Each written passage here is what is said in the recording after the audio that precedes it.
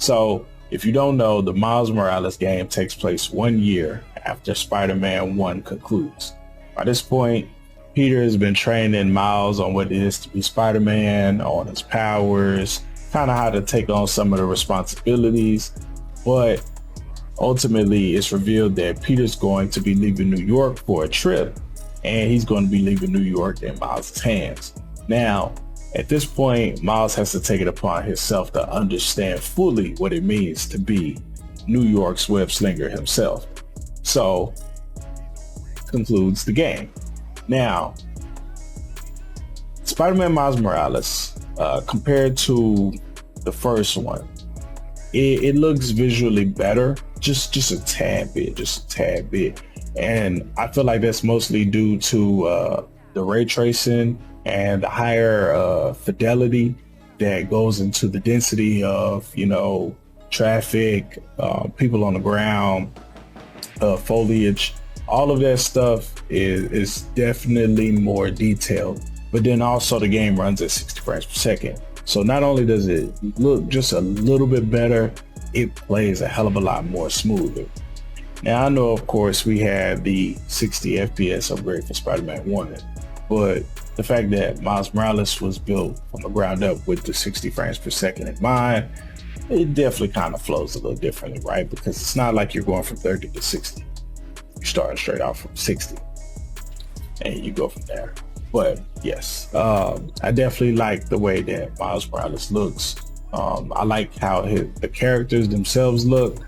It's not Insomniac is not one of them companies that need over hyper realistic, characters, but for the animation and the animation grading that they do, the characters themselves do look good. Now, we remember when Miles Morales was first revealed and my man's had like the bold cut edge up and that shit was all types of fucked up. Well, of course they fixed that shit. So my man looked nice. You know what I'm saying? He got a nice cut, nice dude. He looking good. The characters look good. The audio for the game is fantastic. Everything feels like it's alive. The city itself feels like it's alive, and they roll with it. It's just a nice transfer over, right? As far as the gameplay goes, right, it plays the same. There's no big leap in terms of how the combat plays compared to playing Spider-Man 1 versus Miles Morales, except the fact that you get a new set of skills and you get the Venom power, right? And the Venom power definitely changes up how combat flows, because now you kind of have this extra ability that is incorporated into the fights because of depending on which enemies you're fighting. So if you're fighting the undergrounders, you need to use your Venom powers to knock off a lot of their abilities and weapons that they're using. If you're fighting Roxxon, the Venom power abilities definitely help with, unequipping them from their gear and stuff. But ultimately, like, besides, the Venom power and the camouflage, the combat pretty much is rock solid the same. But it's nothing wrong with that. It's one of those things where if it ain't broke, there's no reason to fix it. The only thing you can do is just change up how the player can incorporate the new powers into the combat system that you already are accustomed to. And it definitely provides a lot of freestyle and variation with the Venom power added into the mix. Now, the camouflage ability, it doesn't really add much to what combat is, except the fact that, you can, if you're in a stealth situation, you can pretty much restart that stealth situation if you get caught. Or you can unlock a skill where if you get caught, or when you're about to get caught, it automatically activates the stealth. So besides those two powers, combat of the game feels exactly the same. Controls feel exactly the same. As far as the enemy variation and the enemies that are involved, like I said, you have the undergrounders, you have Roxxon, and then of course you have your local, Rikers Island prisoners. and they don't have any much variation besides some, for some reason, have access to these crazy ass rocket launchers or a full ass arsenal of weapons that they just so happen to find in the back of the truck. At this point, I feel like there's somebody working from the inside out to get these Rikers prisoners everything that they need. There's no reason that this guy should have a random ass rocket launcher. It just makes no sense. Now, as far as Roxxon goes, you have to have your private military company within, like, the Spider-Man game. Of course, in the first Spider-Man game, you had Silver Sable's entire PMC company. And so, of course, you got to have a private military company for Miles to fight, right? It only makes sense. And of course, these people are owned by the big ass corporation that you're ultimately trying to take down. And then you have the Undergrounders, of course, which are kind of your I can't think of the guys from the first Spider-Man, but the mass syndicate, the guys with the hollow powers, as I like to call them. It's pretty much who the Undergrounders are. Now, they do provide some variation in terms of how you are to approach them, because with the guys, the Undergrounders who have the large fists, you can't, attack them directly because they have like an impenetrable defense via the gloves. Then you have the guys who come in with the shields and the hammers. They're so they're on top of having a shield, they're a heavy set guy too. So you can't approach them the same way that you would approach a shield guy from Roxxon. So there's enough variation in there to keep it mixed up. There's even some situations and crimes where you actually have to fight both at the same time. Man, it's pretty cool. As far as the boss fights go, you fight Rhino, you fight Prowler, and you fight the underground boss, of course. And within fighting those people, they all have their own move sets, they all have their own specialties, and they all have their own way of beating them. Like, I know originally with Rhino, it was just using your Venom power, then ultimately Rhino gets employed by Roxxon, so now you have to use your Venom power on top of other means to stop him or wear him down so that you're able to beat him up.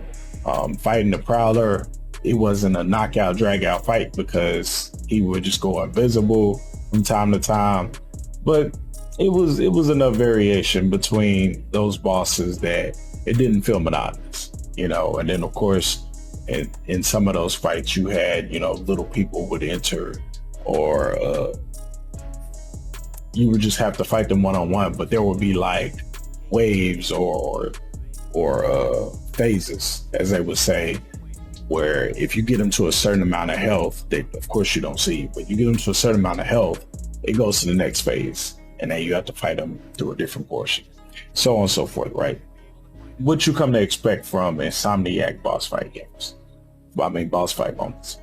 As far as the skills go, like I said, you have a very vast amount of skills that actually provide enough variety to set how you want to play the game. There's no clear-cut way on how to do it, but ultimately it's enough variety there to, for you to formulate how you want to attack a situation. Now, as far as like the game itself, the ending of the game, I think overall, man, it took me like 8 hours to complete. I think about 8 hours. I had to go back and look. I think it was about 8 hours. It wasn't that long. I feel like it ultimately could have been like some form of a DLC, just off of length and how close it is to Spider-Man 1. It would have felt like a great DLC, right? It didn't need to be its own game. And then ultimately, of course, how it ends, pretty much beat the game, Peter comes back, everything's cool, right? But as far as like future of the game, we know that Spider-Man 2 is on the way, and we know that ultimately, Peter and Miles are going to team back up, and it seems like the big guy, of course, is going to be Venom. Now, Insomniac may pull some shit out their ass and even throw another curveball at us, but we know that so far Venom is the big bad for the future of what Miles and Peter have to deal with in New York City. And overall, I feel like where this game cut off, it could have been some DLC.